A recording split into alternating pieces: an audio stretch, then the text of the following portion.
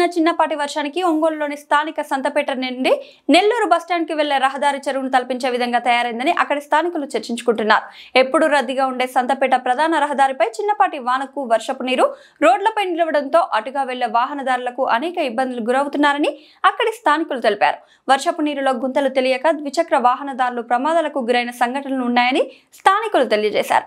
సంతపేట నుండి నెల్లూరు బస్టాండ్కి వెళ్లే మార్గంలో అపార్ట్మెంట్లలో నివసిస్తున్న ప్రజలు అనేక ఇబ్బందులకు గురవుతున్నామని, దీనికి కారణం మున్సిపల్ సిబ్బంది ప్రధానమైన కాలువలోని పూడికలు తీయకపోవడంతో రోడ్లపై నీరు చేరుతున్నాయని అక్కడి స్థానికులు ఆవేదన వ్యక్తం చేశారు.